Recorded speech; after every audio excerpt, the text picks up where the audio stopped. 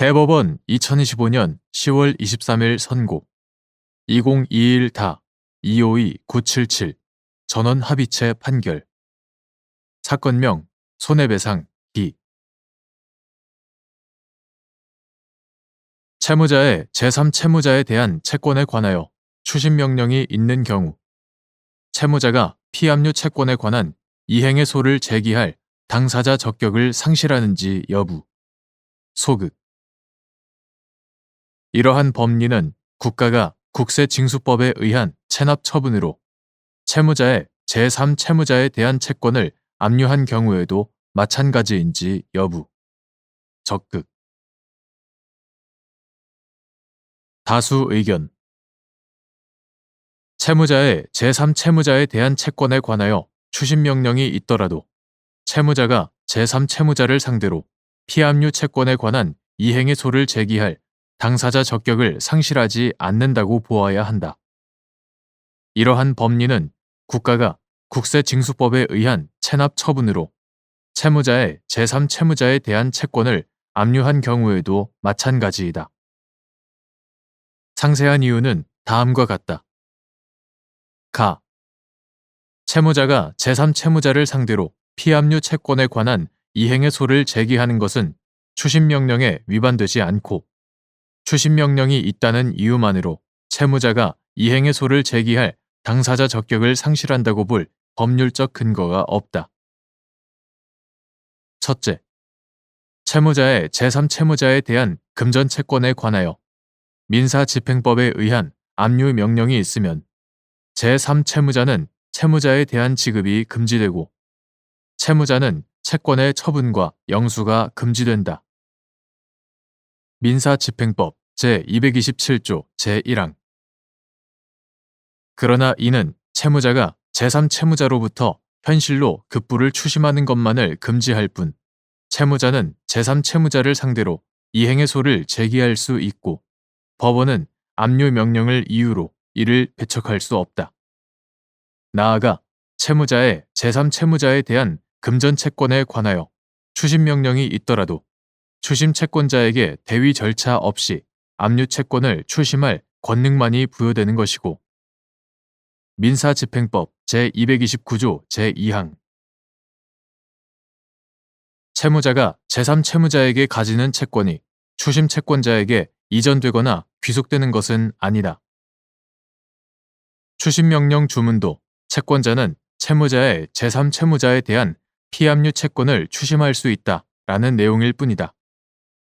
결국 채무자가 제3채무자를 상대로 피압류 채권에 관하여 이행의 소를 제기하는 것은 집행권한 확보를 위한 자신의 권리를 행사하는 것일 뿐 현실로 급부를 수령하는 것이 아니므로 채권 압류 및 추심명령에 위반된다고 볼 수 없다. 둘째, 민사집행법 제249조 제1항은 제3채무자가 추심 절차에 대하여 의무를 이행하지 아니하는 때에는 압류채권자는 소로서 그 이행을 청구할 수 있다라고 규정한다. 이는 채무자가 아직 이행의 소를 제기하지 않은 상태에서 제3채무자가 추심에 응하지 않을 경우 압류채권자로 하여금 추심의 소를 제기할 수 있게 하는 근거 규정이다. 그러나 채무자의 당사자 적격에 대한 아무런 언급이 없는 이 규정을 근거로 추심명령이 있는 경우 채무자가 피압류 채권에 관하여 이행의 소를 제기할 당사자 적격을 상실한다거나 그동안 채무자에 의해 적법하게 수행되어 온 이행 소송이 당사자 적격 없이 진행된 것으로서 부적법해진다고 보기는 어렵다. 달리 추심명령이 있다는 이유로 채무자가 당사자 적격을 상실한다고 볼 만한 법률적 근거가 없다. 셋째, 채무자는 압류 및 추심명령이 있더라도 여전히 피압류 채권을 보유하므로 시효 중단 또는 제소기간 준수 등을 위하여 이행의 소를 제기할 이익이 있고 향후 추심채권자의 압류 명령 신청 취하 등으로 추심권이 소멸할 경우를 대비하여 미리 제3채무자에 대한 집행 권한을 확보해둘 이익도 있다. 이와 같이 채무자는 추심명령이 있더라도 여전히 피압류 채권에 관하여 이행의 소를 제기할 이익을 가지므로 명시적인 근거 없이 당사자 적격을 박탈하는 것은 채무자의 재판 청구권에 대한 침해로 볼 여지도 있다. 현실적으로도 피압류 채권의 권리 관계를 가장 잘 알고 있는 채무자가 계속 소송을 수행하는 경우 그 권리가 온전히 실현될 가능성이 커진다. 채무자가 피압류 채권에 관한 이행의 소를 제기할 당사자 적격을 상실하지 않는다고 보더라도 추심 채권자에게 부당한 결과가 생긴다고 보기 어렵다. 첫째, 추심 채권자는 채무자가 피압류 채권에 관하여 제기한 이행 소송의 사실심 변론 종결 시까지 민사소송법 제83조에 따라 공동소송 참가를 하거나 상고심까지 같은 법 제78조에 따라 공동소송적 보조 참가를 할 수 있다.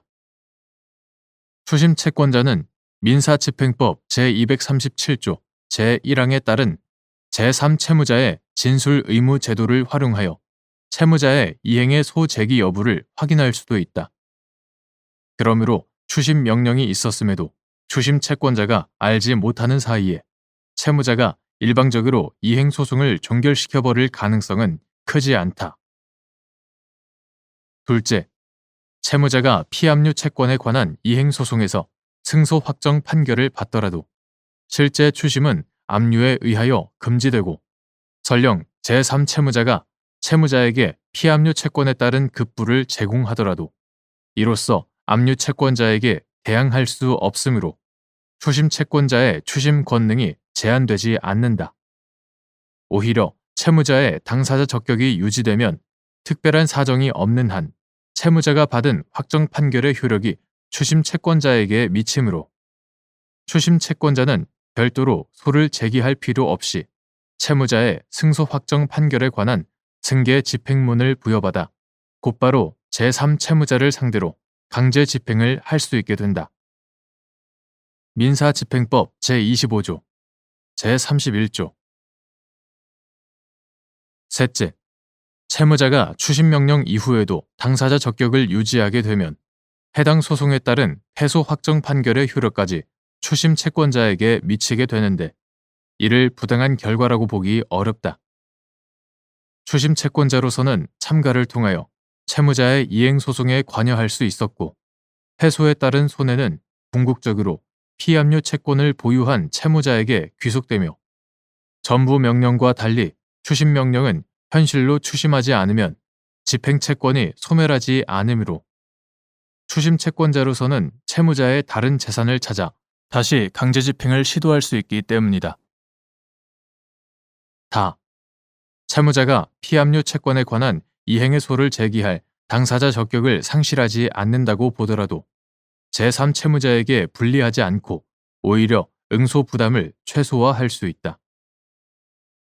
첫째, 채무자가 피압류 채권에 관한 이행 소송에서 승소 확정 판결을 받아 집행을 시도하더라도 제3채무자로서는 집행 장애 사유를 주장하여 이를 저지할 수 있고 민사집행법 제248조에 따라 공탁함으로써 지급 의무를 면할 수도 있다.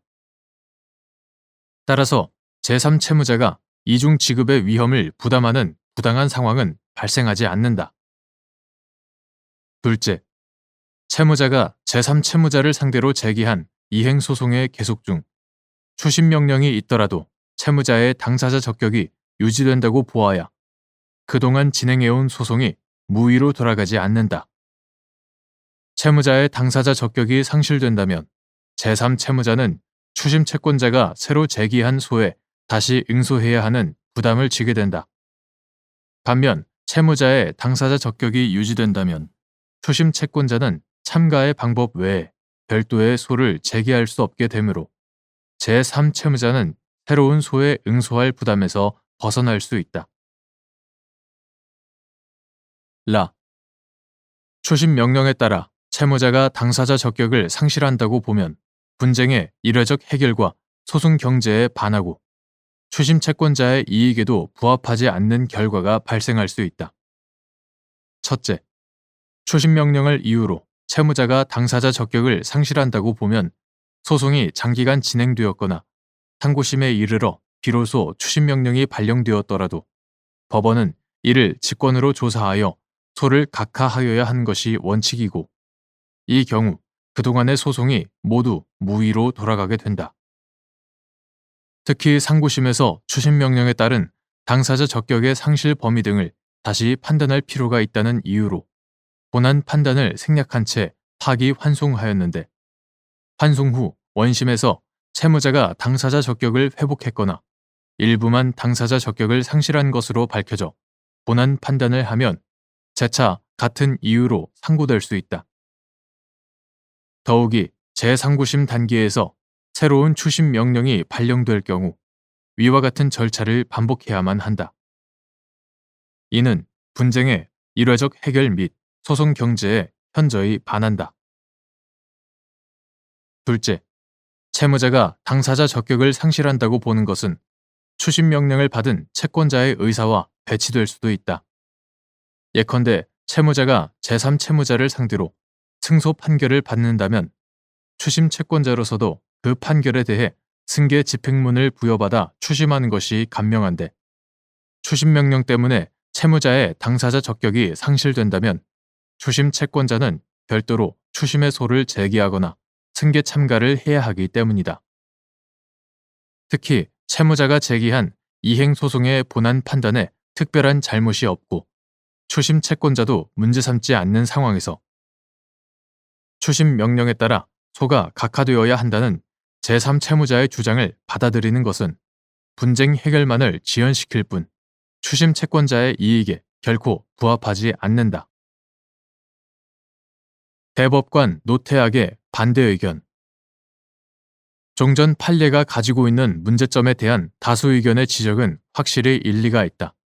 그러나 법원에서 다양한 이해관계가 얽혀있는 법률적 현상을 풀어나가는 논리적 접근과 해결 방법에 언제나 필연적으로 하나의 답만이 존재한다고 할 수는 없다.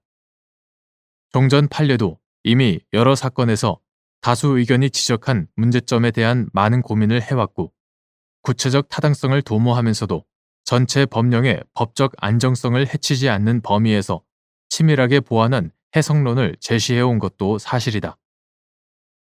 종전 판례는 그러한 과정에서 법적 안정성을 선택한 대법원의 결단이라 볼 수 있다. 소송 경제라는 측면에서 다소의 난점이 있다고 하여 오랜 기간 재판 실무나 다수 학설이 별다른 의문 없이 받아들여온 판례 법리를 이제 잘못된 것이라면서 무위로 돌려야 할 필요성과 당위성이 있는가? 만약 다수 의견이 새로운 추심 명령의 발령으로 소송이 무한하게 공전, 반복되는 상황을 전제하고 있다면 이는 지나치게 자기적인 의제이고 현실에서 그렇게 흔하게 일어난 것도 아니다. 이 사건에서 종전 판례에 따른 결론이 부당하다고 하여 확립된 판례를 변경함으로 인한 파급 효과가 어디까지 미치는지 가늠하기도 어렵다. 구체적 규범 통제를 기본으로 하는 대법원이 판례 변경을 통하여 앞으로 예상되는 새로운 쟁점에 대하여 법적인 판단 기준을 어디까지 제시할 수 있을 것인가? 판례 변경을 전제로 제도의 개선이 어디까지 필요한지 알 수도 없다. 이러한 점에 대한 진지한 고민과 통찰을 다수 의견의 논거에서 찾기 어렵다. 다수 의견을 쉽게 받아들일 수 없는 이유이다. 민사집행법은 추심명령이 있는 때에는 압류채권자가 대위 절차 없이 압류채권을 직접 추심할 수 있다고 규정하면서 제229조 제2항 제3채무자가 추심에 응하지 않는 경우 압류채권자가 직접 추심의 소를 제기할 수 있다고 규정하고 있다. 제249조 제1항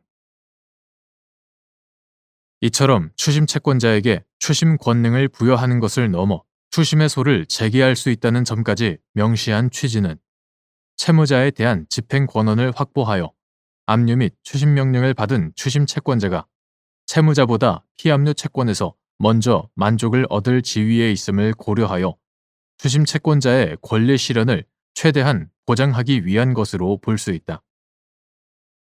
그동안 판례가 추심명령이 있는 경우 피압류 채권에 관한 이행의 소를 제기할 당사자 적격이 추심 채권자에게 전적으로 귀속되고 채무자는 당사자 적격을 상실한다고 본 근거가 바로 여기에 있다. 추심명령은 채무자에 대한 집행권한에 기초한다는 측면에서 집행권한이 필요 없는 채권자 대위와 본질적으로 다르므로 채권자 대위의 경우와 달리 추심명령이 있으면 채무자가 이행의 소를 제기할 당사자 적격을 상실한다고 보는 것이 정당화될 수 있다. 다수 의견과 같이 추심명령이 있더라도 채무자가 이행의 소를 제기할 당사자 적격을 유지한다고 볼 경우 추심 채권자의 추심 권능에 중대한 제약이 초래되므로 추심 채권자의 권리 실현을 최대한 보장하고자 하는 민사집행법의 취지에 반한다. 다수 의견의 논리에 따른다면 어느 한 채권자가 제기한 추심 소송에서 확정된 판결의 효력이 압류 및 추심 명령을 받은 다른 채권자에게도 제한 없이 미친다고 보게 되는데 이는 민사집행법 제249조 제3항, 제4항의 내용과 상충한다. 추심 채권자는 집행법원의 수권에 따른 추심기관의 지위에서 선량한 관리자의 주의를 다하여 추심 권능을 행사할 의무가 있고 추심할 채권의 행사를 게을리 한 때에는 이로써 생긴 채무자의 손해를 부담한다. 민사집행법 제239조 채무자는 공동소송적 보조 참가의 방법으로 추심소송에 참가할 수 있고 민사소송법 제78조 채권자가 추심의 소를 제기할 때에는 채무자에게 이를 고지할 의무가 있으므로 민사집행법 제238조 고지할 의무가 있으므로 채무자의 참가 기회도 보장된다. 여기에 채무자와 추심 채권자 사이에는 집행 권한까지 확보한 추심 채권자가 피압류 채권에서 먼저 만족을 얻을 지위에 있다는 점까지 고려하면 피압류 채권에 관한 이행의 소를 제기할 당사자 적격을 추심 채권자에게 전적으로 귀속시키더라도 채무자에게 부당한 결과가 발생한다고 볼 수 없다. 채무자가 이행의 소를 제기하여 소송 계속 중 추심 명령이 있는 경우 당사자 적격을 상실한다고 보더라도 제3채무자는 민사소송법 제82조에 따라 당사자 적격을 승계한 추심 채권자로 하여금 소송을 인수하게 할 것을 법원에 신청할 수 있으므로 그동안의 소송이 무의로 돌아간 것을 막을 수 있다. 제3채무자는 추심 채권자가 기존 이행 소송을 인수하거나 새롭게 추심의 소를 제기한 경우 민사집행법 제249조 제3항에 따라 다른 압류 채권자들을 상대로 참가명령 신청을 하거나 패소 부분에 대한 변제 또는 집행 공탁을 함으로써 다른 채권자가 계속 자신을 상대로 소를 제기한 것을 피할 수 있다. 따라서 추심명령이 있는 경우 채무자가 이행의 소를 제기할 당사자 적격을 상실한다고 해도 제3채무자에게 부당하지 않다. 채무자가 이행의 소를 제기하여 소송 계속 중 추심명령이 있는 경우 당사자 적격을 상실한다고 보더라도 승계 참가 등을 통하여 얼마든지 소송 경제를 도모할 수 있다. 판례란 해당 사건의 사안에 적용될 법령에 대한 정의적 해석을 한 대법원의 판단으로 장래의 재판에 대한 지침이 되고 법규범의 수범자인 국민들도 판례를 의사결정이나 행동의 지침으로 삼는다. 이러한 판례의 규범적 성격과 법적 안정성이라는 가치를 구현하려면 판례는 변경에 신중을 기하여야 한다. 특정 쟁점과 관련하여 오랜 기간 동안 일정한 방향으로 판례가 확립된 경우에는 더욱 그러하다.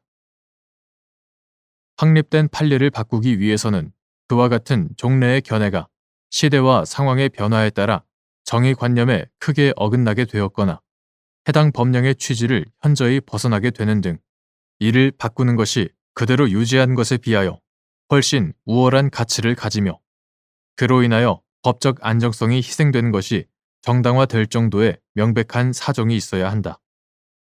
단순히 새로운 법적 견해가 다소 낮다거나 조금 더 합리적으로 보인다는 이유만으로 확립된 판례를 바꾸는 것은 법적 안정성을 심각하게 훼손하여 타당하지 않다. 다수 의견에 따르면 종전 판례뿐만 아니라 종전 판례의 법리에서 파생되는 중복 제소 금지, 비판력 등에 관한 판례들까지 모두 변경하여야 한다. 이러한 광범위하고 급격한 판례 변경이 오랜 기간 확립된 추신명령 관련 실무에 초래할 혼란은 가늠하기 어렵다.